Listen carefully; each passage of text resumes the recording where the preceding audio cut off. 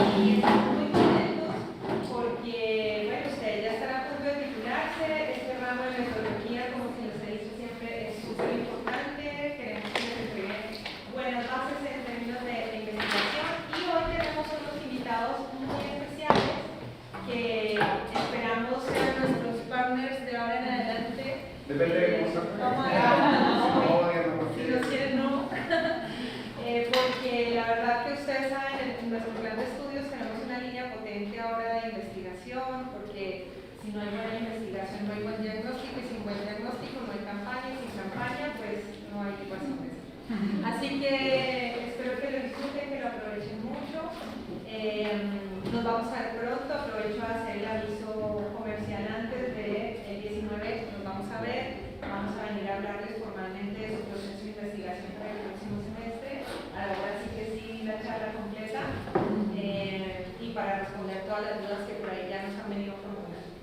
Hoy viene entonces la Agencia de Investigación de Mercado Rubik, y nos acompañan muy gentilmente Consuelo Valenzuela y Mauricio Jurasek, que están hoy acá con nosotros y que vienen a darles información de primerísima mano que va a ser muy útil. Aprovechen al máximo esta charla porque estoy segura de que varias de las investigaciones que ustedes van a plantear para el próximo semestre se van a alimentar de la información que nos van a entregar el día de hoy.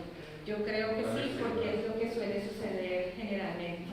Así que disfrútenlo, de verdad. Consuelo, Mauricio, muchas gracias por estar hoy aquí con nosotros, por compartir el conocimiento y por darse el tiempo de también contribuir en la formación de futuros publicistas que ya veremos prontamente en la industria y conoceremos sus carreras. Así que... Capaz termina siendo nuestros clientes, esto es para promocionar nomás. Capaz. Muchas gracias. Pablo, gracias por la invitación. Sí, bueno, ¿cómo están? Oye, bueno, Carol ya hizo la presentación. Yo solo agradecerles el tiempo que estén acá. La idea, de cierta manera, es como cumplir dos objetivos. Primero, que ustedes puedan ver un estudio realizado, ¿cierto?, por Rubik, plasmado ahí, cosas que se aprenden en la asignatura, en el ramo de metodología. Eso por un lado. Y por otro lado también tender puentes entre la universidad y el mundo privado, que estaría dedicado a investigar, ¿cierto?, y a levantar información de distintos segmentos para distintas empresas, áreas de consumer insight, agencias de publicidad, agencias de medios, etc. Entonces, ese es un poquito el objetivo. La idea es que este sea como el puntito de partida para otras charlas también, que nos acerquen un poco a la industria de consumer insight, de marketing research. Y eso, pues, que nada, y agradecerle obviamente a Consuelo y a Mauricio que están acá y que nos vienen a mostrar este estudio que ha generado alto impacto en la industria. Así que eso, pues, todo suyo. Gracias. Muchas gracias. Buenas tardes, chiquillos. Les voy a contar rapidito un poco el contexto de todo esto, y es que nosotros somos una empresa de estudios de mercado, como bien dicen. En el fondo somos una empresa privada que le presta servicio a las marcas. A veces también hemos participado en licitaciones y hemos hecho estudios para el mundo público, y en el fondo nuestra misión es conectar a las marcas con los consumidores, entender sus drivers de consumo, qué cosas piensan, sienten de distintas categorías, y nosotros como Rubik tenemos como propósito cada cierto tiempo hacer estudios no privados, o sea, no para las marcas pagadas, y por lo tanto podemos develar la información. Son estudios abiertos, los presentamos de manera transversal a nuestros clientes. Y este es un estudio como si lo hubiéramos hecho para una marca, o sea, en el fondo lo que ustedes van a ver acá es lo que se encontraría si es que encargan un estudio, y en el fondo con insights, con elementos que se podrían ocupar para hacer una estrategia comunicacional, para hacer innovación de producto o lo que fuere, y en este caso es entender un segmento en particular. Eso fue lo que nosotros nos propusimos. En el caso de este estudio en específico, hay otras veces que pueden ser, no sé, post pandemia, hicimos uno de impacto, se llama De Vuelta al Estudio, lo pueden ver en nuestra página web también, que en el fondo tiene que ver con cómo la gente se sentía después de abrirse las puertas, después de 2 años de confinamiento, que también es un estudio que hicimos público, y en este caso que era súper contingente. Y en este caso nos focalizamos en entender este segmento y ahora en la medida que vayamos presentándole les vamos a ir contando por qué. Y está además decir que este segmento son ustedes también, o sea, son los centennials que en el fondo estamos entre 14 y 24 años, así que quizás hay cosas que les van a hacer sentido también desde cómo ustedes mismos se aproximan a sus vidas y a su territorio. Solo una cosilla, nosotros en investigación usamos harta palabra en inglés. Si alguien tiene alguna duda de a qué nos estamos refiriendo, alguna palabra que ustedes conocen, por favor vayan haciendo la pregunta y destrabamos ese concepto porque a veces no se entiende. Así que denle nomás y vamos haciendo preguntas y conversemos. Esto es una interacción dinámica, valga la redundancia. Bueno, como ven ahí, este estudio lo terminamos este año. ¿Por qué decidimos investigar este tema? Porque hay mucha información sobre los centennials, uno se mete en Google y aparece que son nativos digitales, que son nativos de redes sociales, no sé, como que aparece ahí en el fondo que, no sé, son súper autodidactas, no necesitan un tutor, son, no sé, yo me acuerdo que mi sobrina una vez me dijo, oye, te compro un curso de dibujo, me dijo, ¿para qué? Si lo vendo por YouTube. En el fondo, eso es un poco, mucho más lo que somos ustedes, a diferencia de nosotros, que necesitábamos más guías, más tutoría, pero son cosas que ya sabemos, en el fondo. Y además, hay un tema súper importante que tiene que ver con el momento histórico que estamos viviendo, que ustedes son una generación súper remecida, ¿ya? Tiene que ver con que tuvieron estos 2 años de confinamiento, tiene que ver con que estamos en un contexto sociopolítico también muy particular, en que vivieron el estallido, elecciones presidenciales muy candentes, también el tema de la nueva constitución, o sea, les han pasado muchas cosas y todo esto además en un periodo muy corto de tiempo, que son 3 años, que es la adolescencia o posadolescencia o adolescencia tardía, que también es un concepto que se ocupa hoy en día, que es donde ustedes están aprendiendo a conocerse a sí mismos, a saber quiénes son y en el fondo a construir su propia identidad. Entonces, ¿qué hicimos para poder conocernos? Hicimos 2 cosas. Uno, una primera fase exploratoria, que es algo que uno tiende a abordar los estudios de esta manera, ¿no? Que en el fondo primero le preguntamos a la gente, profundizamos en algunos temas, qué cosas son relevantes, qué no, etcétera, y con eso después uno construye un cuestionario. Por ejemplo, si para usted era importante manejar sus propias lucas, mejor dimensionar eso, ¿no? ¿Cuántos realmente manejan las propias lucas? Entonces, primero hicimos 9 focus group con gente de todos los niveles socioeconómicos y de segundo a cuarto medio y como aparece ahí después en educación superior y hicimos algo que se llama un grupo control, que es en el fondo el que se sale de la muestra en algunos elementos que tienen características comunes también para ver si es que hay algún matiz interesante, que en este caso fue gente de niveles más bajos que no estaba estudiando pero sí trabajaba. Y luego fuimos a medir ciertos elementos de los que levantamos en la fase cualitativa con una fase cuantitativa, ya con cuestionario, con números, con porcentajes, etc. Y como aparece ahí, la primera etapa la hicimos a fines del 2022 y la segunda etapa a principios del 2023. Básicamente lo cualitativo, chicos, no sé, ¿se manejan estas distinciones? ¿Sí o la refuerzo? Es parte de la conversación. ¿Sí? Ya. Sí. Conversación con una guía pauta, que es básicamente un cuestionario llevado a una muestra panel con esa cantidad de casos. Conversación, números. Me fui para atrás. Ya. Les preguntamos en la fase cuantitativa para tener alto volumen, en la cual y también, pero en el fondo es interesante plasmarlo y verlo desde la fase cuantitativa también. Hicimos una pregunta abierta.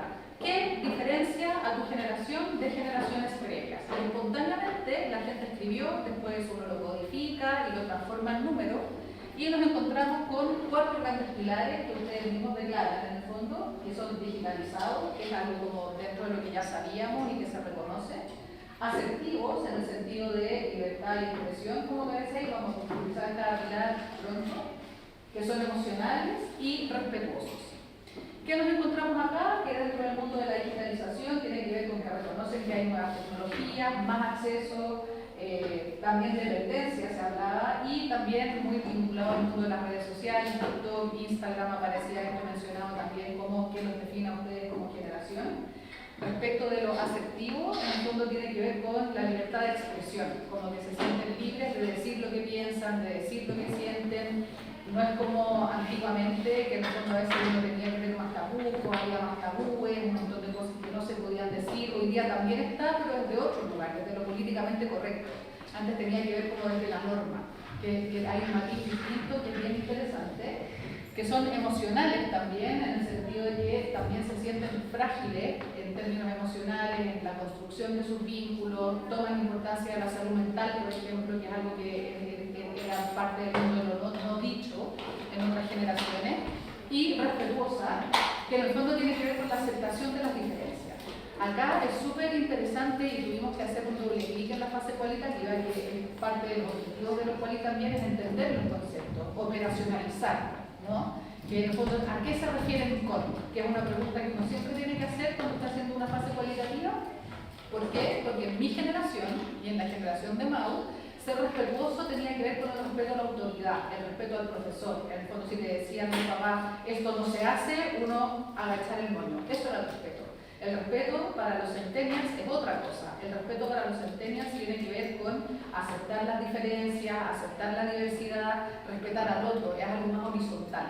Y eso es algo que fue una distinción bien interesante. Ahora, más allá de cómo ustedes mismos se definieron en esta encuesta, bueno, no ustedes porque no la hicieron, pero cómo la generación se definió en esta encuesta, también nosotros hicimos un doble clic y un análisis, y para eso muchos de los que trabajamos en esto son psicólogos. Mauricio y yo somos psicólogos, y en la empresa son casi todos psicólogos los que trabajamos en proyectos. También hay sociólogos, pero hay muchos psicólogos justamente por hacer estos doble clic y poder conocer, levantar insights, entender qué sienten las personas, ir más en la profundidad, ir más allá de lo dicho, digamos. ¿Y qué fue lo que descubrimos? Es que es un segmento marcado por la ambivalencia. La ambivalencia es un concepto bien psicológico, pero en buen chileno quiere decir que están llenos de contradicciones. Y que estas contradicciones se dan mucho desde la forma y los canales, los espacios en los que están habitando hoy en día, como por ejemplo que habitan en estos dos territorios que son bien disímiles entre sí, la vida digital, ¿no es cierto?, y el mundo, la vida real.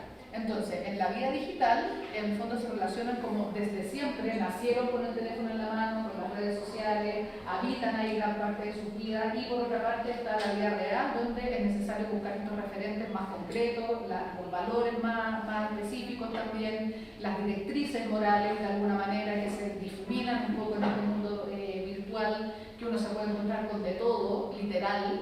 Entonces, eso genera un poquito una tensión, ¿no es cierto? Y desde estos dos ámbitos se construyen distintas identidades. Incluso se manejan varias cuentas de Instagram, donde en cada una puedo ser una persona diferente, las ocupo para fines diferentes.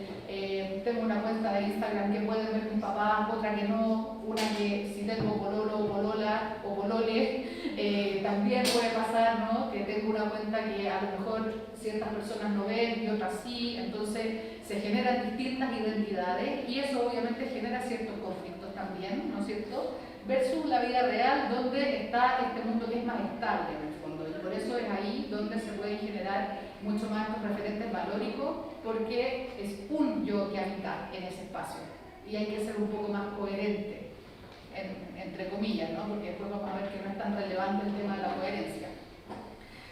En el espacio físico, entonces, hay una apertura también, perdón que tengo un problema en el ojo, a la apertura de mente, a la libertad de ser. Está como todo este territorio donde los valores se reflejan mucho en los de los tiempos actuales, y el territorio de lo virtual también, al mismo tiempo coarta esta libertad de ser, con las funas, con las cancelaciones, con necesidad de likes, con necesidad de followers y un montón de cosas, ¿no es cierto?, y genera esta tendencia en el fondo a este cambio de identidad frecuente que les comentaba recién.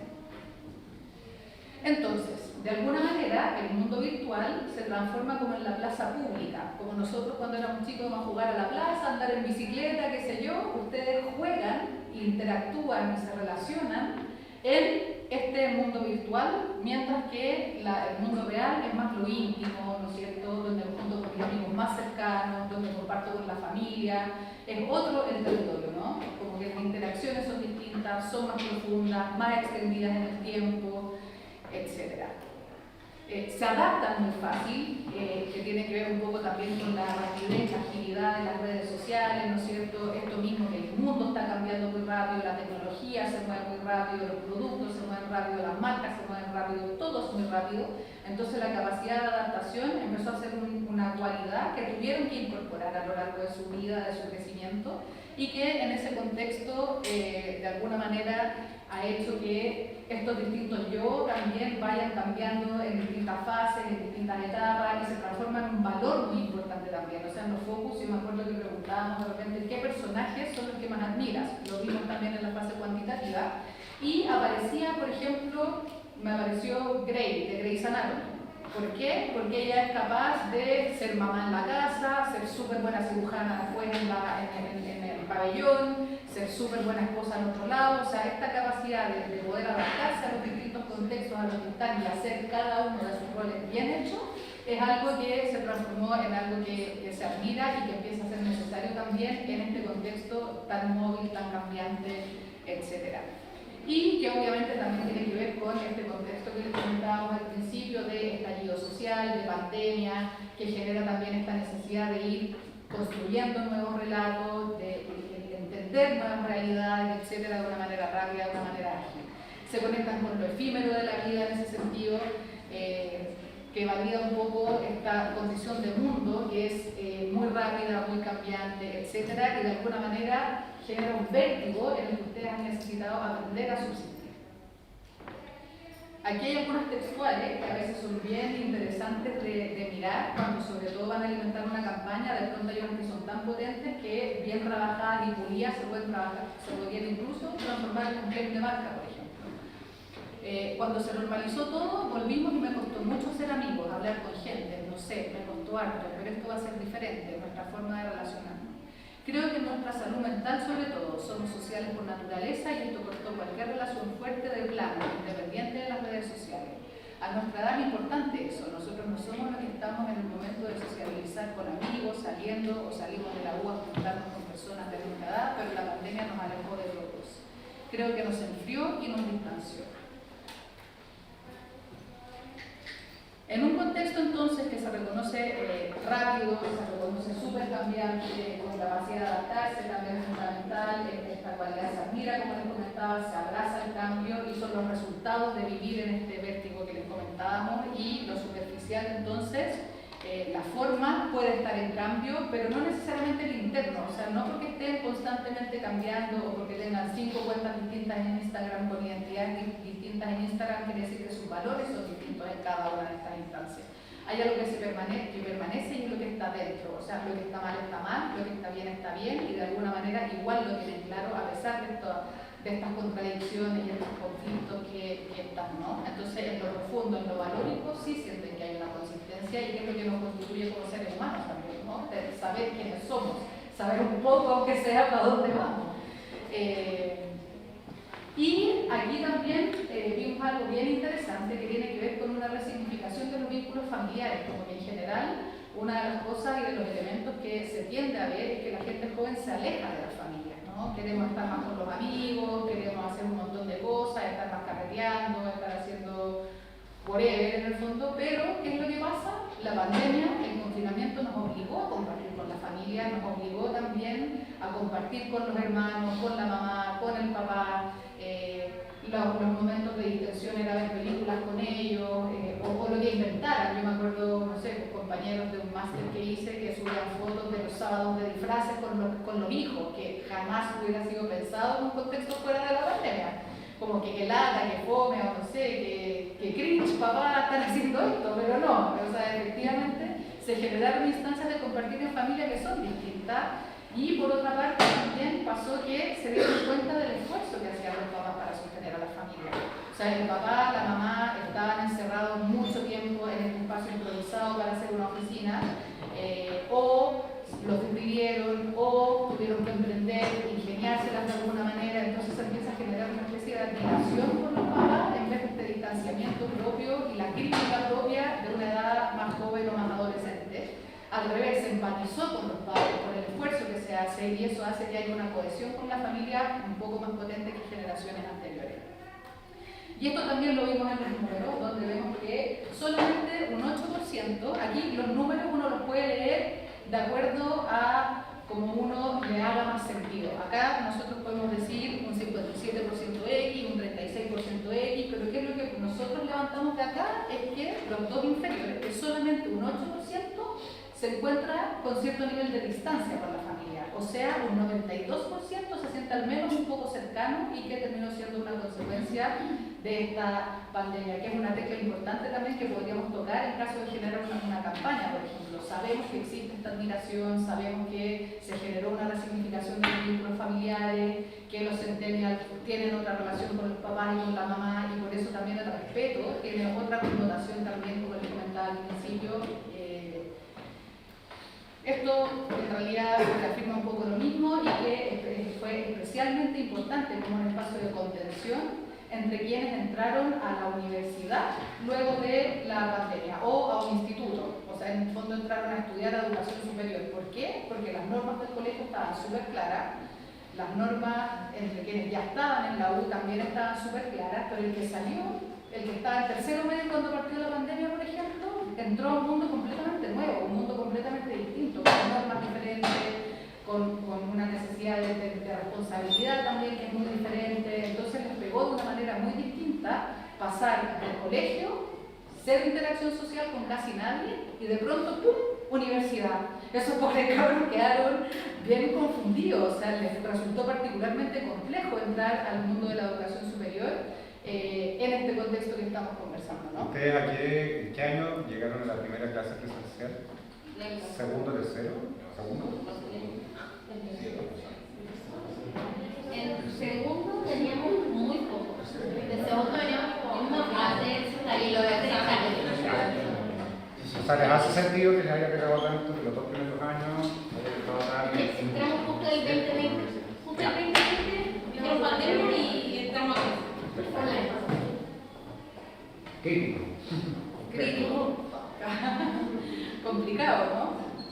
Entonces, otro tema que tienen también, que descubrimos que es interesante, es que su línea editorial es que tienen varias líneas editoriales, ¿no? Con esto mismo que hablábamos de los distintos yo, en redes sociales, etc.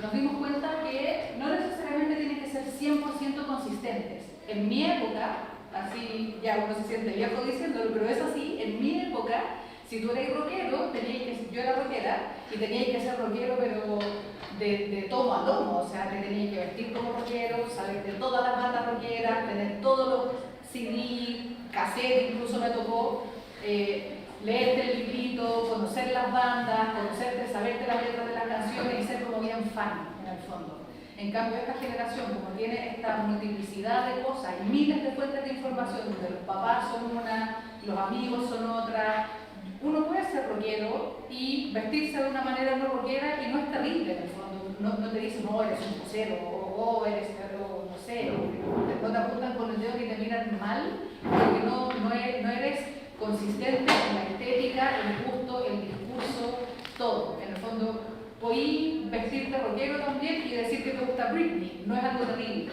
¿cachai? O sea, puede pasar. Y que es algo que en generaciones previas era casi que inconcebible, tenía que ser de una sola línea. Y aquí vemos que hay una apertura que cambia un poco eso.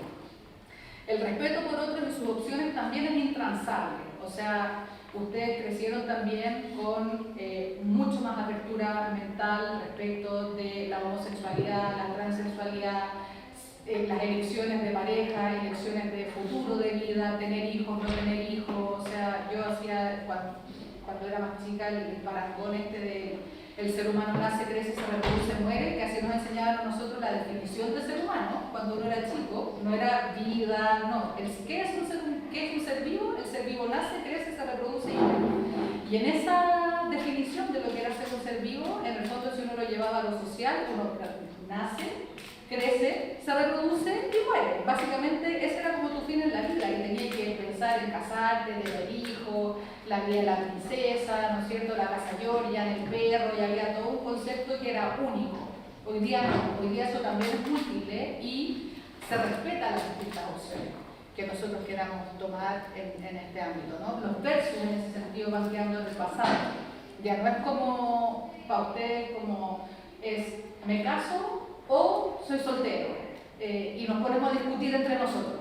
No, es como, tú querés ser soltero, buena onda, yo me quiero casar, buena onda, y en ese sentido como que tienen esa libertad, que es lo que hablábamos al principio también, de esta libertad de expresión, de la libertad de ser, etcétera, que es súper rica y que es propio de la generación de ustedes, porque los millennials, por ejemplo, también tienen este discurso de apertura de mente, pero venían desde un punto de vista de la lucha. Y vamos por las mujeres, y vamos porque cada uno haga lo que quiere, y vamos por... Pero era peleando. En el caso de la generación de los centennials no es una lucha, se vive así, es obvio que cada uno puede tomar su opción. Esa es como la diferencia también con la generación de los millennials que tienen la apertura de mente, pero que la tenían desde un punto de vista más bélico. En el caso de usted está incorporado. Es evidente que cada uno puede tomar la opción que tiene ganas de tomar. Y no respetar la opción del otro es criticable, es al revés. Y desde ese punto de vista como que nos buscan tener la razón, ¿no? En síntesis, entonces, no pretenden convencer a nadie, no necesariamente creen que su verdad es la única y es la única válida en el fondo, son más prácticos, ¿no es cierto? Se inclinan como a los cambios, ¿no es cierto? Como que ahí hay un montón de cosas que los hace distintos a otras generaciones, y lo que les comentaba, para ustedes, a estas banderas de lucha de las generaciones previas, que se visibilizó mucho con los millennials porque metieron mucha bulla y generaron todo este rollo de lo políticamente correcto, que nada se puede decir porque siempre puedes ofender a nadie, a alguien. Para ustedes son banderas que están cristalizadas, ¿no? Ya como que es como que te decía recién, es obvio que cada uno tiene su opción, no voy a estar peleando por cosas. Y desde ahí como que las causas, que son más propias de su generación, cambian un poco. Ya no es estoy full, vamos por la lucha. Si se dan cuenta aquí, las luchas relacionadas con el tema de género son bien bajitas. Y lo que agarra protagonismo es la ecología y el animalismo. En el fondo ya tiene que ver con proteger al desvalido, más que al que también se puede defender por sí mismo, como las comunidades LGTBI+, en el fondo son los animales, son los árboles, es otro el territorio donde yo sí me puedo enganchar y puedo luchar. Porque los otros, para ustedes por lo menos, ya está por sentado, es obvio que hay que respetar las diferencias en los otros ámbitos. Y respecto al mundo político, hay un poquito de desencantamiento, un poquito de decepción, como que tampoco hay mucha como bandera y vamos, ¿no? Es como que no es una causa tan relevante como las otras, pierden protagonismo. No es que no sea importante, hay gente que sí le importa, pero no es con una masividad tremenda, ¿no? Que es como aparece ahí en el dato. Esto ya no lo habíamos visto. Entonces, siguiendo con lo mismo, hay respeto, ¿no? Hay apertura, nada está tan predefinido, están también descubriéndose, existe esa opción, existe la opción que yo no me defina siquiera todavía al tiro, no sé lo que soy, es válido conocer gente en transición, gente que exploró, o sea, en mi época yo conocí a un hombre que sea beso con hombre y al tiro era gay, o sea, olvídate que estaba experimentando, era gay, punto. Y como dato de contexto, en todo el tiempo que ha pasado, en estos últimos 20, 30 o 40 años incluso, vemos que hay 37 orientaciones e identidades sexuales distintas, con su respectiva bandera, que eso es lo importante, porque si no hay bandera no existe, no, mentira, pero por ejemplo, ahí también mi sobrina me contaba de un amigo, en realidad ella nació mujer y ahora es hombre, trans, pero le gustan los hombres, entonces es un trans gay. Entonces yo miraba a mi sobrina con cara como media desconcertada y me decía, pero si tienen bandera, es como existe una orientación sexual específica para los hombres trans que le gustan los hombres. O sea, documentado, hay 37 banderas distintas de identidades sexuales. Y contra todo lo que cree el mundo súper conservador, no porque exista esta apertura, todos se transformaron eventualmente en personas de identidades sexuales distintas, porque sería absurdo, pero si escuchamos a cierto tipo de gente, casi que cree que eso es así. Y vemos que, a pesar de todo el nivel de apertura que hay, la mayoría de la gente se sigue definiendo desde su sexo biológico y la mayoría de la gente se sigue definiendo como heterosexual. Hay un porcentaje importante de bisexuales que, desde lo que vimos en la fase cualitativa, la hipótesis que nosotros nos planteamos es que están en como probando, buscando qué es lo que quieren, qué es lo que les gusta. Y algo interesante también aquí para nosotros por lo menos es la libertad con que en una encuesta se atreven a poner que son de una identidad sexual distinta a la tradicional, porque en mi época eso no pasaba, o sea, la gente no hubiera respondido sí soy gay, sí soy esto, le hubiera dado pánico que alguien se enterara. Hoy día es abierto, la gente se atreve a decir lo que es, hoy día la gente se atreve a decir de qué manera, con qué identidad sexual se está identificando, y eso antes no pasaba. Y en ese sentido viven en libertad de ser, se sienten con el derecho de manifestarse, con el derecho de tomar la opción que quieren tomar, y eso básicamente. Yo me puedo vestir como quiera, antes era complicado, la vestimenta, usar piercing, tatuajes, decir tu sexualidad, y es verdad, cuando yo entré a trabajar, que tampoco, o sea, ya, también yo soy más vieja que usted, pero no soy un dinosaurio. Y cuando yo entré a trabajar, había que ir vestida casi que de traje. Hace súper poco tiempo atrás. Y esta explosión fue así de rápido. O sea, un día yo tenía que ir de traje, 15 años después podía ir con tatuaje, con aro en la nariz, como quisiera, con zapatillas, incluso ir en los bancos. O sea, los bancos tenían que ir con terno y corbata en la época que yo trabajaba, empecé a trabajar en realidad.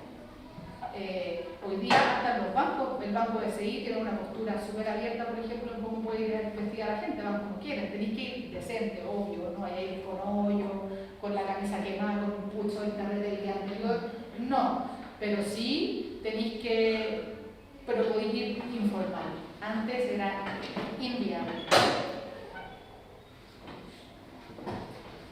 En la medida que existe esta libertad de ser, la mentira también empieza a ser como absurda, ¿no? O sea, si yo me voy a emparejar con alguien y resulta que yo soy una persona más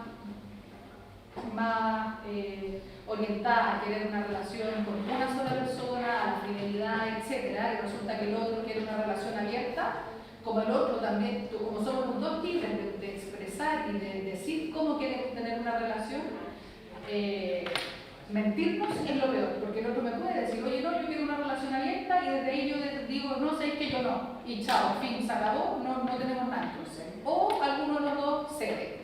Pero mentirse, cuando todo está validado y puesto sobre la mesa y permitido, empieza a ser un absurdo y mucho más criticable que en otras épocas. Pero no la honestidad como la veíamos antes desde el punto de vista como más valórico o religioso, no hay que mentir porque es un deber no mentir. Acá no se miente o se evita la mentira o se castiga más la mentira porque tiene que ser absurdo.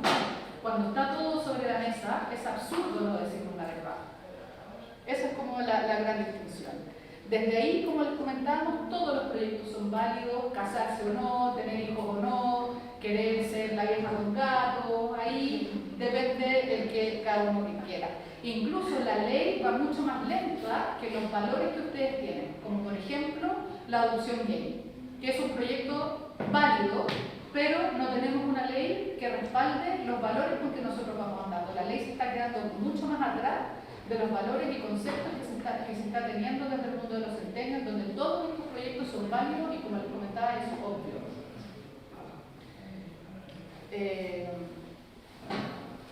Bueno, y con todos estos proyectos válidos, ¿no es cierto? Así todo, vemos que hay una proporción que no es menor que quiere tener pareja e hijos. 45%, un poquito menos de la mitad. Ahora, el número que sí sube considerablemente respecto de otras generaciones es aquel que se proyecta sin hijos y lo dice, yo no quiero tener hijos. Y lo veíamos en mi generación, no era mucho, o sea, no querer tener hijos era como, o sea, yo no quería tener hijos y cuando expresaba, y no tengo hijos, y cuando lo expresaba entre mis padres me decían, oye, que eres egoísta, que te va a cuidar cuando seas vieja. Y es como, pero ¿qué argumento es ese, no? No voy a ser yo la pista si voy a tener un hijo para que me cuide cuando yo sea vieja. Pero bueno, no era parte del panorama, ¿no? Tampoco que yo sea la galla más adelantada del universo, pero por lo menos en ese ámbito yo sí tenía claro que ese no era mi camino. Les preguntamos, ¿qué personajes los identifican? No con el afán de saber cuáles son los personajes, De hecho, cuál es el personaje es irrelevante, sino que lo que es relevante acá es cuáles son los valores que tienen los personajes que están detrás. Entonces la pregunta es, ¿qué personaje y por qué? Es una forma como proyectiva que llamamos nosotros, o de sacar el contenido que queremos de una manera un poco distinta, porque si les preguntamos cuáles son los valores más relevantes, las respuestas no necesariamente son las mismas. Entonces, ¿cuáles son los personajes que nos identifican y por qué? Sí nos da un poco más de luces de entender cuáles son los elementos que hacen que uno se identifique o valore a otro ser humano. Y por eso lo preguntamos de esa manera. Y ahí aparece un mundo enorme, harto anime, mucho Marvel, princesa Disney, ¿no es cierto? Un montón de cosas, el mundo político, un porcentaje ridículo, ¿no? Un 2%. ¿Alguno de estos les gusta a ustedes?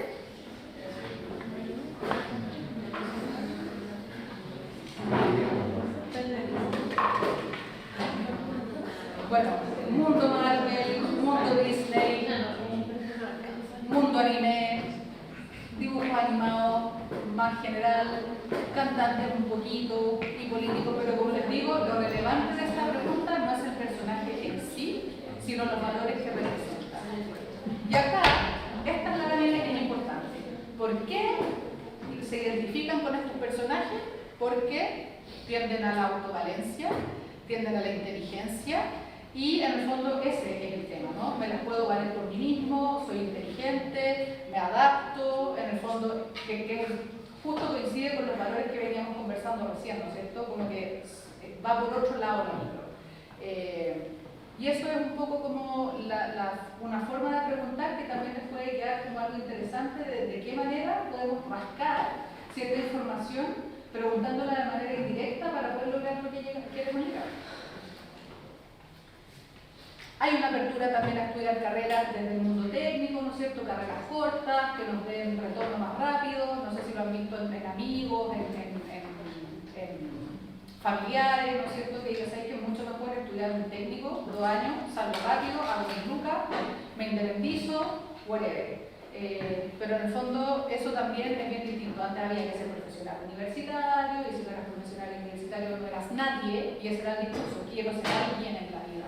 Y lo decían con esas palabras. Me tocó hacer un estudio para universitario. ¿Por qué estás en un universitario? Porque hay que ser alguien en la vida. O sea, si no tenías estudio no eres nadie. Hoy día existe la opción, ¿no?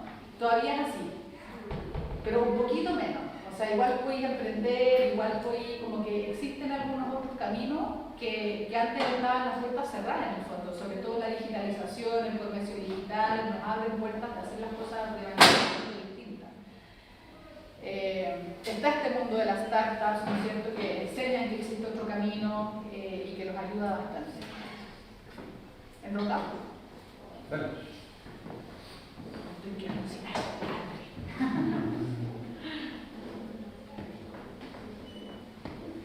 Otro elemento, ¿le hace sentido lo que estamos viendo hasta ahora? ¿Se ha visto reflejado en algo? La verdad es que... Sí. Está bien hecho el estudio.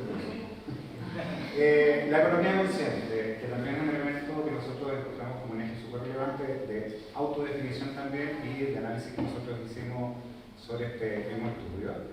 Y este insight que tiene que ver con estas verdades como iluminadoras respecto a, es que le pusimos meritocracia 3.0, que en el fondo tiene que ver con la capacidad que ustedes tienen de gestionar, el fondo de apalancarse la perseverancia en cómo hacer las cosas más allá de la información bruta, ¿okay? Que es un poco lo que les decía la Consul respecto al tipo de carreras que queremos estudiar y cómo nos proyectamos profesionalmente ganando los ingresos.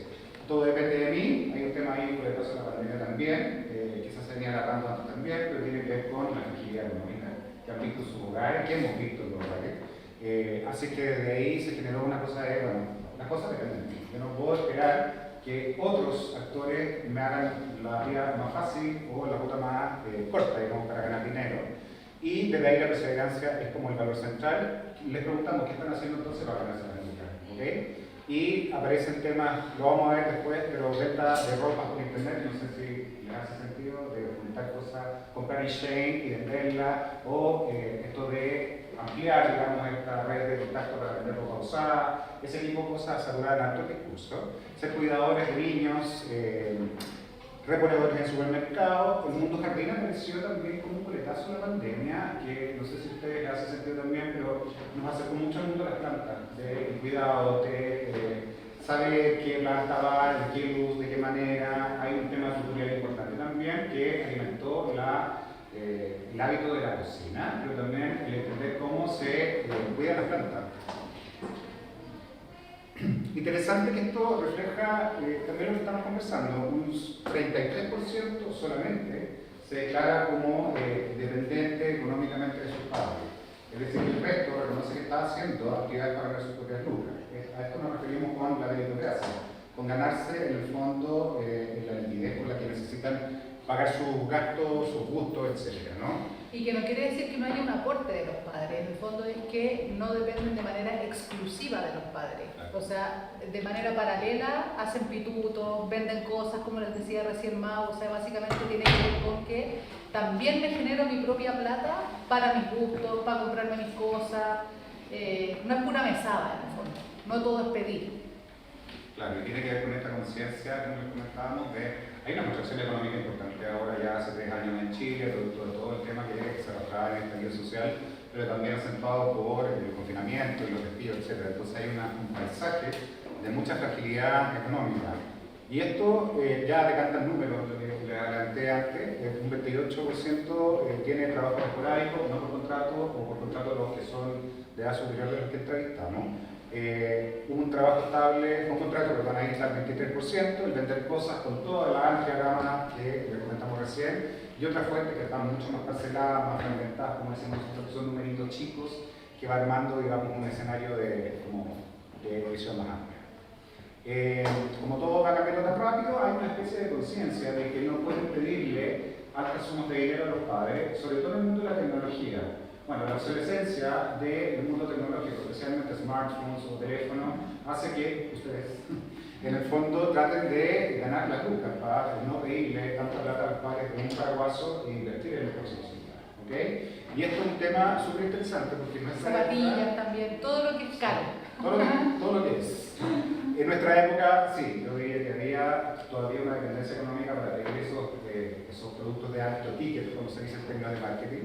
En este caso, la verdad es que hay una conciencia de la fragilidad económica y están pidiendo que los padres también, están apostando que los padres estén un poco más libres de esa demanda de parte de ellos. Sí, que también tiene que ver un poco con el tema de las modas, como que en la época de nosotros, como que uno tenía 2, 3 zapatillas, la para salir, la para la casa y la para hacer gimnasia en el colegio o en la U, digamos, como fuera. Educación física. Educación física.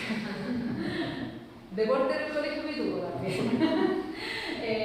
Entonces, acá no, pues ahora como que se quieren más cosas, aparecen muchas cosas nuevas. Apareció la nueva zapatilla Nike X que, está la raja, la quiero tener, pero es carísima, entonces no puedo estar pidiéndole todo el rato a los papás. Por ahí también pasa la cosa, la tecnología. Claro, la tecnología puede ser más cara y porque está este tema de la renovación constante, está cambiando rápidamente su aparato tecnológico. Les preguntamos también cuál es la forma en que administran su dinero, guardan, ingresan, sacan, gastan, etc. Y esta ruta cada costado obviamente tiene un protagonismo por el tema del acceso, pero también vemos que hay otras formas en las cuales pueden y manejan, bueno, los mayores sí tienen cuenta corriente, pero en esta proporción. Estamos hablando de un porcentaje todavía discreto. Y sí, no sé si le hace sentido también, pero ustedes son gente que lleva cash, o plata en el bolsillo, hay una mayor como necesidad de tener el dinero en una liquidez inmediata, ¿no? Y las otras formas que tenemos ahí, Match, parece que es un producto que nosotros estamos usando bastante también y que el mundo financiero ha hecho para acercarse de una manera más amigable a ustedes en general, pero al público en general como un objetivo, ¿no? Solo un 33% de aquellos de más de 18 años tienen cuenta corriente. Es un tema interesante porque en el fondo habla de que todo el resto radica básicamente en las formas de ingreso y de egreso que comentábamos anteriormente, ¿no? ¿Cuántos de ustedes tienen cuenta corriente con un banco? ¿Cuántos? Yo creo que anda por ahí con esta cifra. Quizá un poquito más alto. Oye, tienen que chicos. Manejan buenas nubes. Broma. Y es básicamente también porque existe una mala imagen de los bancos. Y eso probablemente calan ustedes también con la distancia, la formalidad, los requisitos que hacen que efectivamente los bancos sean entidades que no me abren las puertas ni la ventana, digamos, fácilmente, y que también ponen muchas trabas y la desconfianza de que me están cagando todo el tiempo los bancos que en realidad no me hacen la vida fácil. Sobre todo en el mundo de los emprendimientos, donde sí necesitan que la banca los apoye, pero también les cierran las puertas. Ya veíamos que el tema de los emprendimientos es súper importante y los bancos no son partners, no son aliados necesariamente para que ellos salgan adelante con los propios proyectos, ¿no? Sí, a veces Banco Santander haciendo un guiño respecto al programa de utilización y porque tienen una conciencia, una cercanía un poco más allá que otros bancos que son muy formales y más distantes en el lenguaje incluso comunicacional, viendo el tema publicitario. Hay una tendencia a ahorro con el fin de tener un monto para gastar en los ítems que a ustedes les interesa, moda, lo que decíamos, no, los gastos inmediatos, viajes, pero no estamos hablando de grandes viajes, estamos hablando de un viaje mucho al sur, etc. La plata que se ahorra tiene un fin inmediato. No es la plata que se ahorra para tener un fondo estable para el pago de gastar, porque no hay lucro. ¿Okay? Hay un alto atractivo en los cupones de descuento, probablemente esto también va a ser un guiño a ustedes, son cazadores de beneficios. A veces se siguen cuentas solo para tener cupones de descuento y después se retiran de esas cuentas de esa marca y van buscando en general una especie como de sueldo adicional de puros beneficios que pueden cazar de distintas marcas a la vez y también hay una agenda de gasto cuando Pizza Hut tiene la promoción mega el día lunes, un sushi el día martes o hay una agenda programada en función de obtener rebajas y también beneficios que después puedan canjear con productos y gift cards, etcétera, o experiencias también que a veces como bien se subir la foto en Shane, subir la foto en Wish, todas esas cosas para tener más puntos, más descuentos, más... Claro. Y aquí las marcas tienen un rol importante también, como de entender que es una dinámica de relación con los clientes en este nuevo segmento, pero también entender que este nuevo cliente se puede ir el día siguiente porque solamente lo usó transaccionalmente por un rato para obtener el cupón de descuento. Solo por eso. ¿Okay? Ustedes son súper pillos. O sea, nosotros nos dejaron así como, qué vintage. Buscadores extensos de beneficio en el mundo financiero especialmente, cuando tienen una cuenta de papá o de mamá y son usuarios secundarios y en el fondo es ir a buscar el porcentaje, especialmente en el mundo de la comida como por eso les pusimos a ustedes como muy autónomos, muy libres en ese sentido, autogestionados en el mundo de vista de la lucas y también transaccionales, smart, que significa inteligente porque la saben hacer. ¿Okay? Y los gastos donde están gastando más plata, la federación de ustedes está gastando más plata básicamente en el mundo de la comida, donde están los locales de comida rápida y de comida a domicilio. Esto probablemente fue consecuencia de la pandemia, pero quedó, ¿no? Y porque además hay un paisaje sobre habitual en ustedes, más que en mi generación, yo soy mayor que incluso, yo tengo 51 años, para que estamos en la dinámica de 30 años de diferencia. 45. Pero en el fondo tiene que ver con que hoy día hay un espacio que se busca, donde el delivery llega y facilita el encuentro más íntimo. Porque tampoco hay mucha plata para gastar en discotecas, en ir a otros lugares de manera igual. Por lo tanto, hay un espacio como de la Junta y la previa que se proyecta, donde sí el delivery tiene un espacio particularmente interesante, ¿no? Y locales de comida rápida, bueno, estamos súper acostumbrados también a estas promociones, los cupones de descuento nuevamente, el día lunes, el día martes, etcétera, etcétera. Las marcas han educado en el fondo a agenda, y especialmente ustedes son muy sensibles a conseguir esos descuentos. Pero el mundo de la comida, eso hoy, es básicamente el ítem de gasto más recurrente y más regular. Y también secundariamente la ropa y productos de belleza y cosméticos. Nos llamó la atención que el 50% de los hombres declaran que están comprando productos para cuidado de la piel, los hombres hoy día se están pintando las uñas en color negro, o sea, hay todo un tema de proximidad con el mundo de la estética que hace que efectivamente seamos un centro de gasto, sea un ítem de gasto relevante y no tan intrascendente o no propiamente femenino. En mi época yo creo que eso había sido un 4%. Los hombres declarando, eso es interesante, la investigación está abierta también a entender que las personas cambian y que vuelven si las cosas que son. Nosotros nos agraviamos mucho con la Consul cuando los clientes y la agencia de publicidad, para que sepa esto, dicen que el cliente no sabe lo que quiere. No hay que preguntarle porque va a contestar cosas súper obvias. Porque ¿para qué le preguntan? O sea, todo lo contrario. No se nosotros somos del ámbito de la investigación y cada día nos sorprende más que el paisaje solo se abre en la día que uno lo investiga, porque esos prejuicios es importante, ¿no? Hay que escuchar, estar atento, investigar, estar súper curioso en la palabra desde el mundo de investigación y que eso, la empresa tenga conciencia de que va cambiando todo el tiempo, ¿no? Y cuando hablamos de las actividades que en el fondo definen, cuáles son como sus áreas de interés, básicamente, aquí vemos una cosa bien interesante, básicamente están en redes sociales muchos, pero también la familia tiene una presencia relevante, que también yo diría que en la generación nuestra, uno quiere zafar de la mamá, ¿no? Quiere estar en otros ámbitos más comunitarios. Acá todavía hay cierto anclaje, producto de todo lo que hemos conversado con la familia, en las redes sociales, esta es la cantidad de la frecuencia de días al mes en la barra, es decir, 26, 31, 30 días, y el alcance es la cantidad de gente que lo hace. O sea, estamos hablando que esto convierte casi el 0%. ¿Okay? Están casi en el fondo, todo el día, casi todos los días del mes, en redes sociales.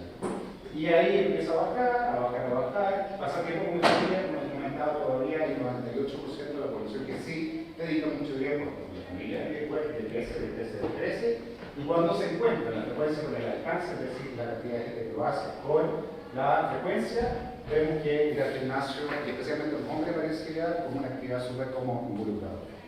Y no quiero dejar pasar esto porque sé que ustedes tienen una carrera, estaba hablando recién, con el mundo gamer, que aparece también como una actividad súper declarada. Nos encontramos con algo muy interesante, quizás desde el prejuicio del investigador, compartido por hombres y mujeres, creo que están en la misma promoción. O sea, el mundo gamer es tanto atractivo para ellas como para ellos y ellas.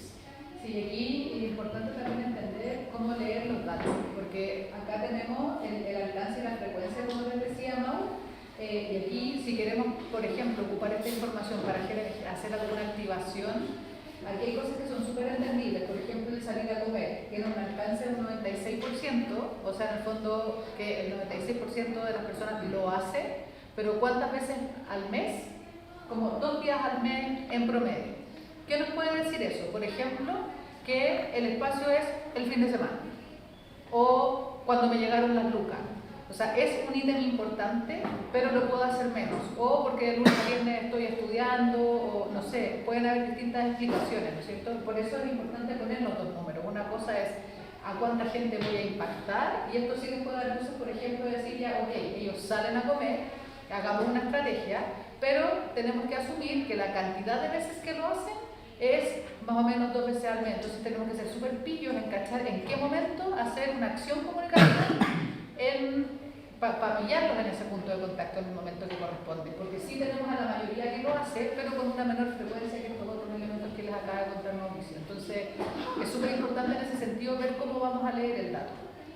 Claro, que la distinción entre alcance y frecuencia, que lo van a escuchar mucho en muchos estudios que se llaman, ¿no? Ahora, más allá de que los números nos dicen y nos gritan la evidencia que acabamos de ver, desde la conversación, la parte 1 cualitativa de levantar la información, más allá de dimensionarla, aparecen 3 ámbitos que están también muy protagonistas en este grupo objetivo: el dibujar, el cocinar y la música. La música no solo escucharla, es crear, generar pistas, empezar como a idear también el mundo de la creación, ¿no? El dibujar, que tiene que ver con una desconexión, pusimos nosotros bien como productiva, en el fondo es liberar estrés, pero haciendo dibujos. Probablemente ustedes tengan mucho más croquetas o mucho más dibujo espontáneo de trazo que mi generación, porque es una forma de liberar tensión. Ustedes están particularmente tensos por todo lo que hemos conversado desde sus hijos biográficos que les han tocado vivir. Y cocinar también lo encontramos como algo bien interesante. Eso se explica también desde la amigabilidad de la generación de ustedes y la ganas de estudiar ciertas carreras que antes no existían. Pero existió desde la pandemia también esta cosa que decía la Consul, tuvimos que convivir. O sea, a fuerza, presión, nos guste o no, tuvimos 2 años encerrados y la tarea de cocinar fue compartida. Entonces también se empezaron a cruzar recetas entre los mayores, los hijos empezaron a cocinar, cosa que en mi época tampoco se hacía mucho. Acá empezaron como a ser más democrática la idea que la cocina se logró como un área que es súper relevante para ustedes, ¿no? Y eso básicamente. Y esto lo ha facilitado los tutoriales de YouTube, o sea, pueden inventar acá y acá información que sea súper fresca, atractiva, un buen formato, autoadministrable, seguible de qué manera cada uno lo tiene. Paso rápido, los animales son un tema súper importante en la generación de ustedes, tiene que ver con el cuidado, la protección también, el veto un poco a la compra de animales versus el rescate de los perros que están abandonados, etc. Y un foco a la ciencia, que creemos también, incluso entre la etapa del ciclo, que están viviendo ustedes también, pero también el acceso a información continua científica que fue producto de la pandemia. ¿Okay? Entonces hay un interés que también fue bastante interesante, astronomía. ¿Cuándo nos habían declarado producto de astronomía? Acá sí aparece como un área de interés interesante, ¿no? Y nosotros, el mundo de Memeland, que también es propio no propio de la generación de ustedes, que decía en Chile no tiene universal, pero tiene un acento particular acá, que tiene que ver con una forma que es liviana, de raíces de la vida, ¿no? Liviana, de raíces del otro, de la coyuntura, de la política, de las cosas cotidianas, básicamente lo cotidiano, ¿eh?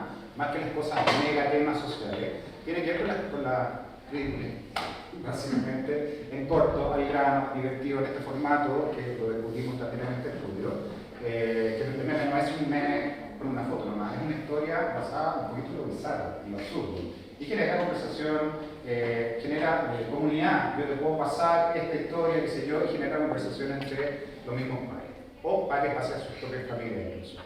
Entonces, hasta aquí vamos bien, ¿no? Pinta bien esta cosa, pinta súper bien porque el respeto, la autonomía, la independencia económica, el ser enfocado, pragmático, al grano, no discutir tanta cosa y llevarla a cabo y ejecutarla. Y también vimos que esta bivalencia generó una capacidad de aguante y de resistencia que quizás hoy día no la están reconociendo ustedes en ustedes. Después la van a reconocer. Pero hoy día quizás estamos muy encima de que lo declaren per se. Pero hay tensiones que ustedes declaran cuando levantamos esta información que no son pocas y son bastante intensas. ¿Qué es lo que decía la Bolsa básicamente? Que esta disociación entre el yo digital y lo real, que está generando fricciones, especialmente en el ámbito de la salud mental. Y esta cosa como de estar muy independiente de los likes, los followers, de si subí una foto a Instagram, cuántos likes tengo en poco tiempo versus una amiga que puso algo o un amigo que puso algo y ganó mucho más followers en una ventana de tiempo más reducida. O sea, estas cosas pasan. Tienen conciencia que efectivamente estos van de medio de otras cosas, ¿no? Muy selectivo en los temas que les interesa conversar y los que no, tirar a la cadena. Y esto tiene algo de dulce, tiene algo de interesante, que las definiciones están como antes cocinadas, por así decirlo, pero también implica que se desmarcan de conversaciones que son ricas también para la identidad, que son ricas para definirse más y explorar más todo, ¿no? Claro, visto desde fuera puede ser más positivo que negativo, pero en el fondo tiene que ver con esa pérdida de espacio de entender al otro, comprenderlo, etc. Se apagan y se prenden dependiendo del interés. Si no les interesa algo, realmente no está el tema adelante, lo obvian. Pero si les interesa, se van por YouTube, profundizan, tutoriales, argumentan, se entienden, etc. Es como no estoy ni ahí, no dicho, pero de alguna manera, ¿no? Esto es súper distinto a los millennials que discutían hasta el final. Acá es como, ¿por qué voy a seguir discutiendo si no voy a cambiar todo? Me voy, se acaba, me quedo callado, no hay un castigo, ¿no? Y bueno, la adicción a las redes sociales que genera todas estas fricciones que hemos ido conversando, ¿no? Desde ahí se levantan estas fricciones que tienen que ver con esta vitrina como sin parar, ¿no? De otros y hacia otro. Aparece el tema de las funas también, como ya pasó, ¿no? Ya he visto ciertas barradas, digamos, ciertos impactos muy negativos de gente que ha estado sometiendo a cancelaciones. Por lo tanto, está un poquito más retirado de esa acción tan impulsiva que puede generar como impacto en la biografía de otros, ¿no? Y la unión del cuerpo ajeno. O sea, no se puede decir, ustedes crecieron con el eslogan, se lo han inventado, no se puede decir nada, por ejemplo, acerca del otro. Pero sí se enjuicia el propio. Pero sí el propio. Ya, no se puede decir que está bueno, porque tengo un rollito más y estás todo el día pensando que el cuerpo puede ser más delgado, que necesito hacer dieta, etc. Entonces hay una disonancia nuevamente de la comunicación. Otras cosas más puntuales derivadas de lo mismo que tiene que ver con redes sociales, que es la ansiedad de refuerzo inmediato, los likes, la rapidez, ¿no? Que necesito refuerzo, cuestionamiento constante de qué es lo correcto o no, y esto genera una tensión constante también. El ensimismamiento tiene una consecuencia de lo que les estamos diciendo. Estas 3 horas al día solo en redes sociales generan una sensación de que me estoy perdiendo algo en la vida real. Y esta ética ambivalente que tiene que ver con las cancelaciones de tengo que defender, pero hasta qué punto sin aventarme demasiado rápido. Y la sensación de que los géneros es demasiado frágil, ¿no? Demasiado corto plazo, y la verdad es que proyectarme de una manera responsable emocionalmente me cuesta. No sé si pasar, ¿cuánto tiempo tenemos más? ¿O estamos 20 pasando? minutos. Este rol de las marcas, aquí voy a pasar más rápido, que tiene que ver con una distancia que hoy día esta generación está teniendo con las marcas, que tienen relatos bien pobres para ustedes y están sintiéndose un poquito más alejados de generaciones anteriores, ¿no? Por lo tanto, estamos hablando de relaciones muy funcionales, muy transaccionales, poco involucradas con las emociones, ¿no? Hay marcas que en el fondo son frías para esta generación, que no representan mucho más allá que un punto de descuento, no representan mucho más allá que el producto y nada más. ¿Okay? Hay lejanía, parece que las marcas no los están entendiendo, no los están considerando en toda esa profundidad que hemos estado relatando, y es una crítica desde ahí a que las marcas no están recogiendo estas sensibilidades del chileno Z. No están incluyendo esta sutileza de la generación, no hay un relato bancario que nos potencie, como les decía yo, desde el vínculo más cercano, y son interacciones súper funcionales. ¿Qué significa? Que una marca tenga una interacción funcional que es fácilmente reemplazable. O sea, yo no tengo por qué tener una lealtad a esta marca si es que me sirve exactamente la del lado del supermercado, en el punto de venta, etc. Eso tiene una consecuencia en la gestión también de las marcas, ¿no? Y también hay algo súper relevante que tiene que ver con el visionado, como decimos nosotros de publicidad, y que habla de una generación que en el fondo no está conectando con los medios habituales en que se comunica y se hace la publicidad, ¿no? Por ahí las marcas tienen un desafío enorme porque está fragmentada la audiencia, como decimos. Por lo tanto, ustedes van a crecer trabajando para clientes, que en el fondo tienen clientes, a su vez sus clientes que están mirando muchas pantallas al mismo tiempo, con un visionado, con un consumo de medios muy para ciertos elementos, pero muy patchwork, y como que no está esta sensación de que la tele me dicta lo que hay que ver para nada. De hecho, veíamos que el recuerdo publicitario es súper bajo, por lo tanto, el desafío de las marcas para ser relevante, visible, es el triple ya. ¿Okay? Muchos jugadores en una cancha sin goles, ¿no? Y aquí vienen los datos un poquito bien duros, pero antes, Instagram es la plaza donde tienen que estar las marcas hoy día. O sea, para quienes recuerdan algo de publicidad de alguna de las marcas, es en Instagram la plataforma en donde las han visto. Miren dónde está la televisión abierta. Un 27% recuerda haber visto algo de publicidad de televisión abierta. O sea, eso es dramático para las marcas. Y estas marcas y estas plataformas de comunicación no siempre son traqueables, como decimos nosotros, no siempre son auditables, por lo tanto las marcas se están perdiendo información de consumo de la publicidad de su propia marca. Y aquí está lo que les decía, que es un dato insultante para las marcas, ¿no? Un 30% no recuerda haber visto nada. Cuando le decimos al resto, ¿qué recuerdas?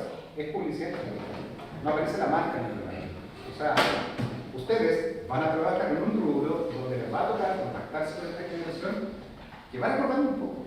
Entonces los desafíos de activaciones de marcas son súper relevantes, fuera de la línea comunicacional tradicional clásica.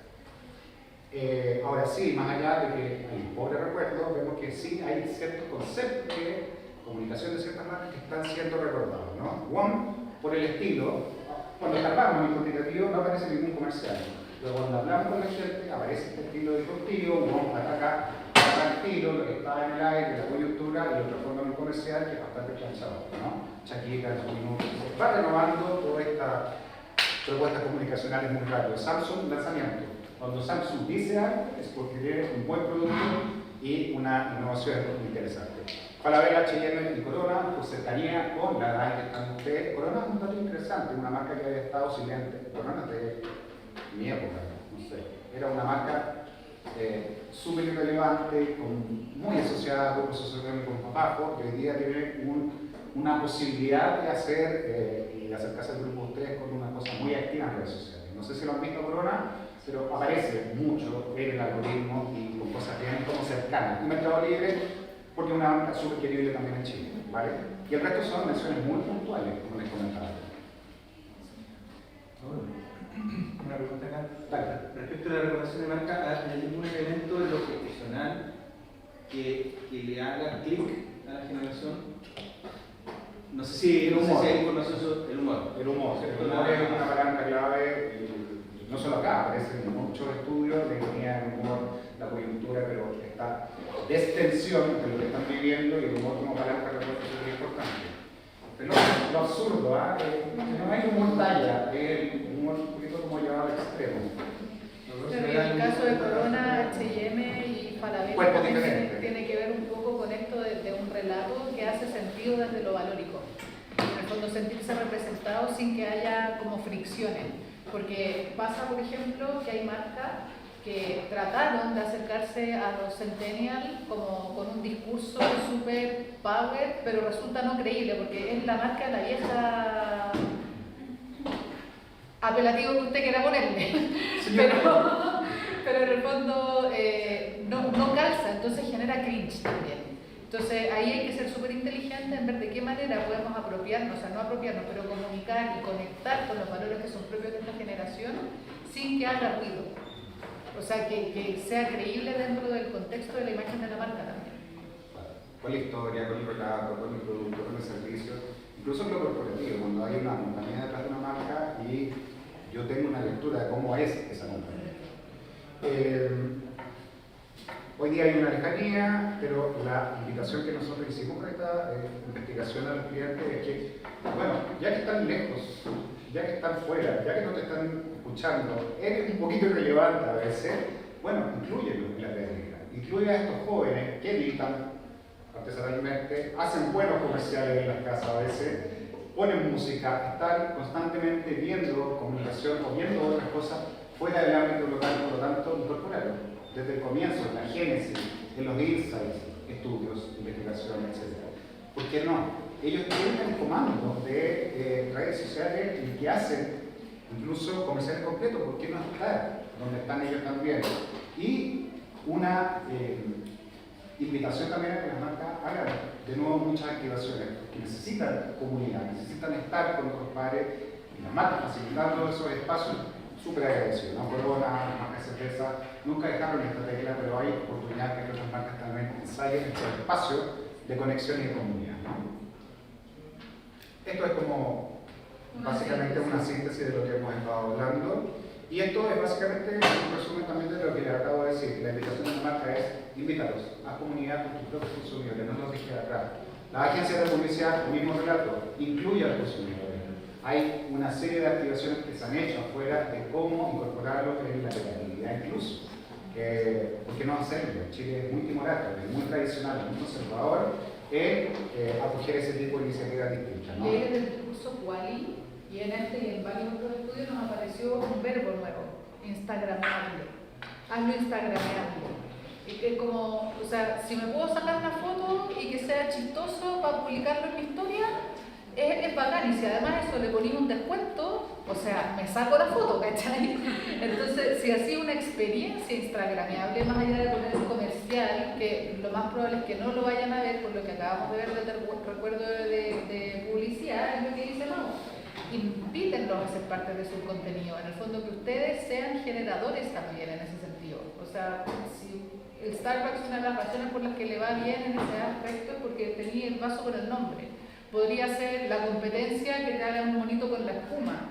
Hicimos hace poco una evaluación de una comunicación dirigida también a los centenios que era súper chistosa, que era como un comámonos entre todos. Entonces, Pero con idea, ¿no? sí, nosotros evaluamos la comunicación, entonces nos decían, no, bacán, yo feliz me voy a ir a sacar una foto comiéndome a Diego, guajaja, y era como chistoso, ¿cachai? Entonces lo hace entretenido. Claro, generación conjunta de contenido, como dice ahí, es como la idea fuerza de esta parte. Y esto es un estudio, nosotros lo pasamos bien rápido, que tiene que ver con oportunidades de conexión, de reconexión entre escenarios tal como fatalista, en algún sentido, pero tan rico en términos de poder acercarte a un grupo determinado, tan desafiante como este, ¿no? Y aquí está un poco, yendo a tu pregunta, Pablo, el territorio del humor, el territorio de la creatividad, música, arte, la cocina, aparece como un tema súper interesante de vinculamiento, y el territorio de la gamificación. O sea, temazo transversal, súper relevante, muy inserto en el hacer comunidad nuevamente, no solo el yo aislado, sino generar este tipo de vínculos para ellos, ¿no? mucha promoción, vitalidad promocional, como la marca tiene que estar activa, tiene que estar lanzando promociones, descuentos, qué sé yo, lo que se entienda como activación desde ese territorio. Los influencers, microinfluencers, todavía siguen teniendo, a nosotros no nos gusta mucho el mundo de los influencers, pero sí, todavía tienen un rol importante, tienen un rol y una tarea de acercamiento entre la marca y el grupo objetivo súper importante, quizás por lo vicario, el vivir a través de otro, una experiencia y creerle algo más cercano que un comercial con el rostro tradicional. Saben que les pagan, ya no les creen, ¿cachai? No es lo mismo ver a Pamela Díaz, que sé que le están pagando una millonada por promocionar el celular, que ver a mi compañero de al lado, o sea, es distinto. Lo transgeneracional es un territorio súper importante, ya les comentaba la Consu, hay un tema de traspaso de generaciones de estilos musicales, en gustos, en las series que están viendo, que están consumiendo, ven esta convivencia también de estilos musicales, de estilos estéticos, de día conviven, están no compitiendo, no luchando entre sí, sino haciendo una feliz sinergia, ¿no? O sea, ustedes pueden tener papás con tatuaje, eso en nuestra época no pasaba, inviable. Entonces hay una cosa más horizontal también ahí. Que ustedes se pueden impregnar de los gustos de los papás sin que sea... Para nosotros los papás eran fomes por definición. En cambio para ustedes puede pasar que el papá sea cool, que escuche buena música, que se vista bien. En nuestra época nada, el papá era terno corbata, la mamá trajecito bien vestida para ir a trabajar. Música poco, digamos, o sea, o no rupturista porque tenían que mostrarse adultos por ser padres y ahí se les acababa la entretención, era súper fome y triste su vida. Claro, acá hay una convivencia de estilos que hace que los niños aprendan, los niños y los jóvenes aprendan, incorporen nuevos estilos y a la vez también, que los padres entiendan nuevos elementos creativos, musicales que ustedes están escuchando. Esta convivencia se acercó, producto de la pandemia venía ya, ojo, pero se acercó la pandemia producto de estar escuchando en un mismo espacio la misma música. Entonces es interesante como telón de fondo comunicacional es que no repitamos exactamente lo que el playlist de la gente más joven está escuchando. Sí, eso es reproducir fácilmente. Hoy día se puede acoger esta mezcla, estilos tan distintos, pensados de manera tradicional y que conviven. 4 teclas más, yendo a una baja más posible, lo súper liviano, que tiene que ver con esta cosa más liviana, valga la redundancia, de ver un mundo denso. Lo crudo, lo hiperrealista, aquí hay referencias de serie que ustedes probablemente conocen que tiene que ver con enfrentar realidades bien power a través de una serie y antes esas realidades están absolutamente fuera del rato. Lo romántico y el vintage, que tiene que ver con esta convivencia de estilo y la ciencia ficción clásica que también Marvel tiene un rol súper importante también estar generando estos contenidos que son súper atractivos también. Son pincelazos, son territorios, son elementos que la creatividad puede acoger, agarrar en términos de creatividad, de recursos creativos, porque en el fondo están poblados y están disponibles. Y ahí un poco lo que les decía Mau recién, que yo encuentro que es súper importante, es que la generación centennial es súper esponja, o sea, no necesariamente exacto lo que les decía Mau. No porque la playlist más escuchada en las edades de ustedes es X, tenemos que usar esa música, que es lo que se hacía más antes. Hoy día ustedes son más absorbedores de contenido también. Por ejemplo, empezaron a escuchar Kate Bush a partir de Stranger Things, y Kate Bush es algo que escuchaban abuelos de ustedes, ni siquiera los papás. Entonces, como son más absorbedores de contenido, no necesariamente hay que pescar lo que ustedes hacen y llevarlos a una campaña, sino que ustedes pueden generar una campaña con buenos elementos, buenos recursos creativos, buena ejecución, buena música, y eso transformarlo en una campaña sin que sea lo que está de moda, que es lo que se usaba más antes. Hoy día ustedes pueden hacer el camino al revés, ustedes pueden tomar cosas que son interesantes, que incluso fueron interesantes en generaciones previas, y transformarlas en una buena campaña para ustedes. Eso yo creo que es un... Claro, y además que comprar los derechos, entendiste que es música de tendencia, comprar los derechos de autor, llegaste tarde. O sea, es tan ágil la renovación, es tan rápido todo, que efectivamente llegar con un comercial de Miley Cyrus hoy día podría ser play. Se estamos inventando cosas que hoy día resuenan, pero es que si se ejecuta va a pasar meses. Entonces ya llegaste un poquito tarde, saturado, hablemos de cómo aprendiste la diferenciación y la oportunidad de acercarte. Y este es el resumen de las 4 palabras que definen la generación Z para nosotros, que es todo lo contrario. Abiertos, ya saben por qué. al grano, concreto, práctico, ahí como Directo. práctico en ese sentido, autovalentes con la autogestión que tiene el conocimiento, el costo tutorial que pedimos, y la ambivalencia, que es la tesis central del estudio, que es como estamos viviendo en dos realidades casi paralelas, a veces conflictivas entre sí, ¿no? Así que ese es un resumen de este estudio, de esta presentación. Eso. Abrimos una conversa, no sé si tienen alguna duda, alguien nos quiere cachetear. Una pregunta. Vale. Es algo en torno a lo que vieron del aspecto negativo de las redes sociales. ¿Quería hacer ¿Positivo una o pregunta? negativo? No, pero meramente el negativo. Le quería preguntar a ambos que investigaron. En proyección a esto, ¿creen que es bueno que nuestra generación o las generaciones que vienen tengan tanta conexión, tanta contenido, tanto acceso a contenido, tanta posibilidad? Porque a mí me aterra. O sea, veo a mis sobrinos y los veo usando el teléfono para acá, para allá, con todo lo que hay de todo, puede estar todo muy hipersexualizado, pueden haber cosas de contenido. Entonces, ¿cómo ven esto en una proyección ya a futuro, ya pasando de nuestra generación? Eso Porque que, claro, que te pasa a ti es lo que le pasó a nosotros con ustedes. ya. Pero o sea, ¿creen que es bueno? Porque yo en mi propia generación, que soy el centennial, yo no creo que es bueno. Siento que lo que vieron ahí de la parte negativa igual es algo fuerte. O sea, Sí, A ver, estamos más conectados supuestamente, pero también la salud mental. Más desconectados. Claro, y la percepción de lo digital y lo real se está perdiendo y ahora la gente percibe lo digital como lo real. La gente si ve algo en redes sociales al tiro lo asume, se pierden cosas, las relaciones son más pasajeras, todo hay más opciones, entonces sí, igual... hay tocado 4 puntos que son complejos en la confianza con las redes sociales, pero ya es parte del paisaje. O sea, hay que asumir que la dinámica de redes sociales plantea desafíos distintos, pero hay que entender también que no podemos vetar que las redes sociales están ya en un camino sin retorno. Y tiene consecuencias negativas, las tiene en términos de interés focalizado, ultra focalizado, en términos de lectura, en otra plataforma. La conexión concreta también es algo súper importante en la etapa que están viviendo ustedes.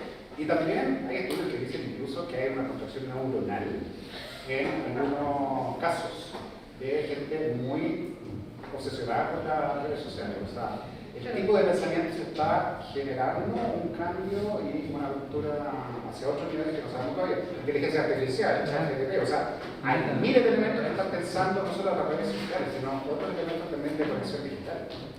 Sí, o sea, tu pregunta es súper relevante, creo yo, desde el punto de vista que no sé si estamos en un momento de poder ponerle juicio de valor, porque como dice Mau, es lo que es.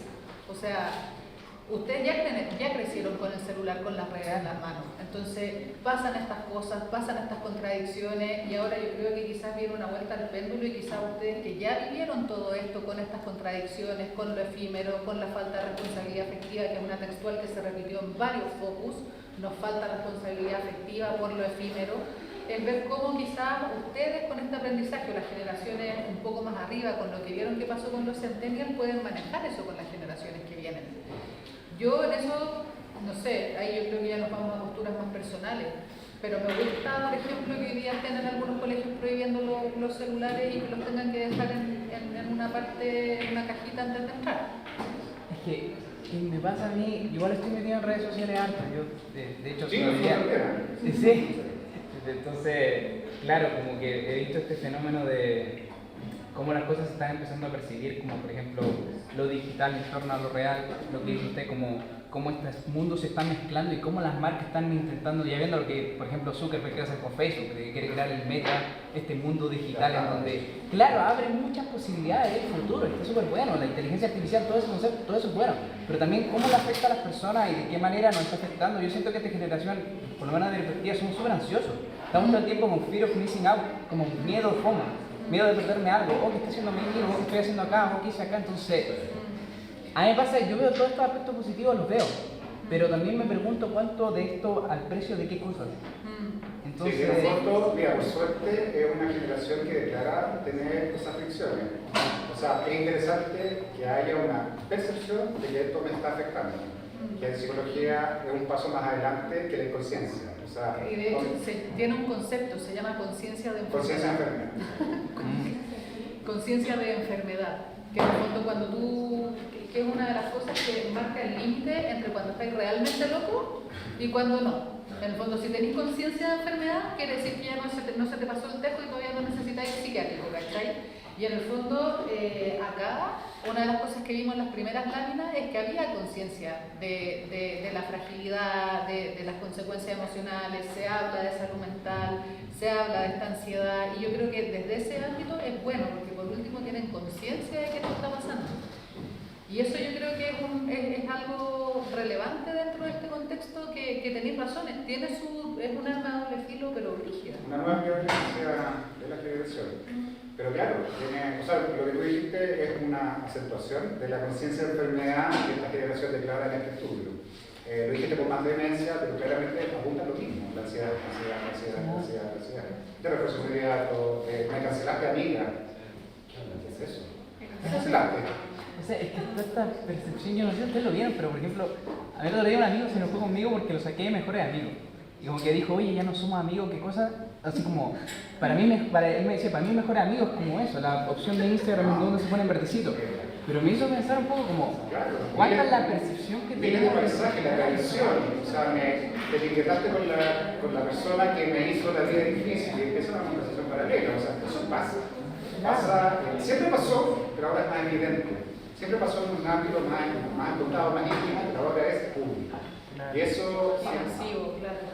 tiene un colegazo. Y con cosas más niñas quizás, como lo que decís tú, o sea, alguien antes te tenía que hacer algo para que le hiciera la cruz, o sea, sacar de mejores amigos para que vea o no vea un contenido que subiste, no sé si tiene esa relevancia de lo que generaba fricciones reales en generaciones previas en el fondo, ¿cachai? Es un arma de doble filo, sin duda lo es. Entonces yo creo que hay que aprender a navegar de manera tal de que no enferme tanto. Claro, por eso les preguntaba cómo veían esto, así como porque claro, hay aspectos muy positivos de lo que veía en su investigación, completamente Pero hay mucho foco en lo negativo también. Sí, no, por eso, de hecho lo negativo es lo que me ha dado y también me hago la pregunta, ¿qué es lo que vendrá? Bueno, no creo que tengan la respuesta, solo decía lo que por investigar, pensaba. Es una plataforma que viene usada, es preciosa. Una pregunta que creo que nos puede salir tal vez. Nosotros estamos en un proceso ahora de aprender a hacer una investigación en el ramo de metodología. Y también en las campañas nos toca hacer investigación para luego hacer campañas publicitarias. Y me llama la atención, por ejemplo, en este caso, ¿cuál es la razón de ser de esta investigación? Primero, esa es la primera pregunta. Y segundo, ¿cómo definen ustedes qué es relevante en una investigación a la hora de investigar? Porque para entender a la generación, por ejemplo, ¿qué preguntas? Me imagino que hacen hasta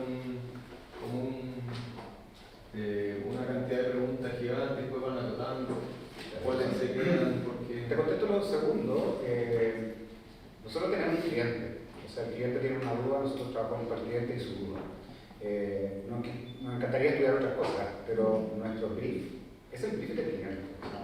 Necesito lanzar un producto, necesito traer un comercial, ver cómo le fue, evaluarlo antes que salga al aire. Las lucas que se gastan ahí son mínimas comparado con un fracaso comunicacional. Comprar pauta, un comercial que te hizo daño incluso. Pero la pregunta es la pregunta del cliente. ¿Y para qué quieres usar la información que salga de este estudio? Una pregunta que siempre hay que devolverse. Sí. No trabajamos por pasión solo para nuestros gustos, sino que entendiendo cuál es lo que hay detrás de la necesidad del cliente. Y la necesidad del cliente en su organización. Claro. Ahí puede ser, no sé, queremos sacar un nuevo producto, queremos saber, por ejemplo, si esta marca que es enfocada a solamente chocolate puede ser también una galleta, por ejemplo, o qué posibilidades tengo de usar la misma marca para varios productos a la vez. Eso puede ser una pregunta de una investigación. Podemos hacer una investigación para evaluar una comunicación como la de Pedro, Juan y Diego, por ejemplo, que salió súper bien evaluada en todo caso. Así, yo creo que es de las mejores evaluadas que hemos visto porque calza muy bien con sus valores, con su estilo de vida. En el fondo tiene tenía como todos los checks de esto, digamos. Puede ser... es infinito. Hay unas plataformas digitales para hacer etnografía digital que nosotros estamos usando también ahora. Estamos trabajando con canales de televisión, viendo contenidos que son interesantes para el ejecutivo, plan financiero, productos, evaluación de nuevos tipos de aplicaciones. ¿Cuánto hay dentro? Estudio exploratorio para conocer. Esto es un estudio y para tu exploratorio. primera pregunta, ¿por qué elegimos este tema? Y fue específicamente porque me empezaron a llegar muchas preguntas de clientes, muchos estudios relacionados con no sabemos cómo conectar con los centennials. ¿Qué pasa con los centennials? No sabemos qué hacer con los centennials. Hicimos una campaña para los centennials y nos fue como el forro. O al revés, y al revés también, lanzamos una cosa muy random y le fue increíble. O sea, estaban perdidos, estaban desconectados y se sabía mucho, pero poco anclados con las marcas. Este es un tipo de estudio preparatorio que poco se hace dentro de las compañías para entender su producto. Este es un estudio como de inversión, no sé si Pablo alcanzaste a hacerlo en pura de la vida, pero entendamos primero a quién le vamos a hablar. Y este es un estudio que se hace poco. Sí, y la investigación es como el hermano pobre o el hijo pobre de todo el mundo de la industria relacionada con todo. O sea, nosotros ha sido una investigación chora para, por ejemplo, hubo una campaña de BCI, PYME, nos lanzamos contigo. Eso salió de un estudio que hicimos nosotros que tenía que ver con que las pymes se sentían desvalidas, que los bancos no las apoyaban, etcétera, etcétera. Entonces, investiguemos las pymes, así como acá investigamos los centennials, es algo súper abierto para inspirar una campaña. En general, las agencias y las marcas, o algunas marcas internacionales, casi todas invierten en este tipo de estudios, pero muchas marcas no invierten en este tipo de estudios, terminan haciéndose campañas al dedómetro.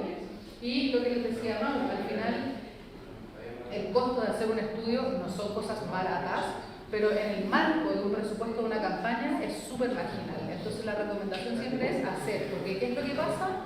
Se arman las campañas sin hacer una investigación previa, llegan a evaluar la campaña y sale mal evaluada. ¿Y qué es lo que pasa? Después los futuros ustedes, en general las agencias de publicidad terminan odiando los estudios porque les mal evalúan las campañas, echándole la culpa al consumidor porque no sabe lo que quiere, o al investigador que no supo hacer la pega, cuando realmente desde nuestra perspectiva el eslabón que faltó fue el estudio previo para entender y conectar con el segmento.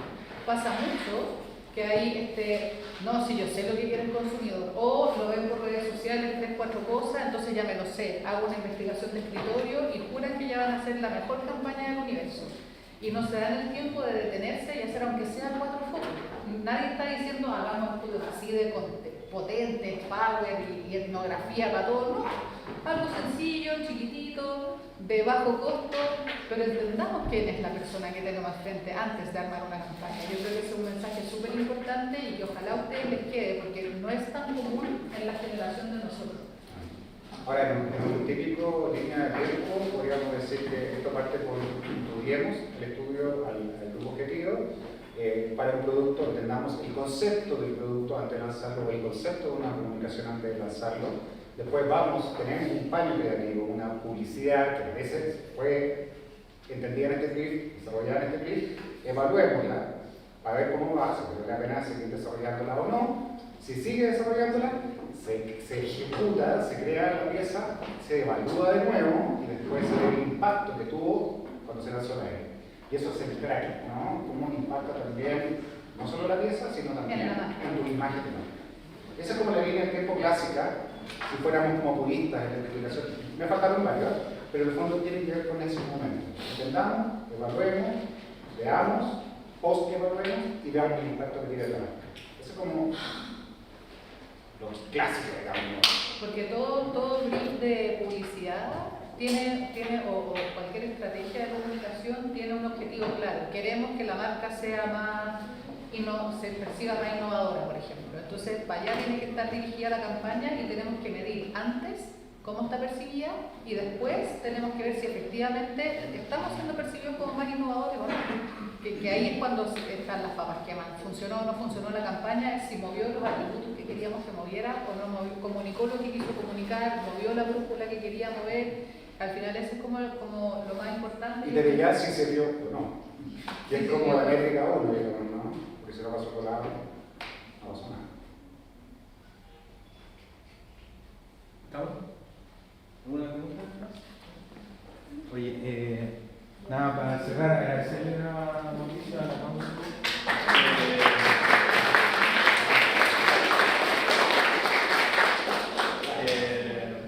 Y nada, pues va a quedar disponible el material. Si alguien quiere hacer una consulta, entiendo que también se va a subir al canal de YouTube, si alguien quiere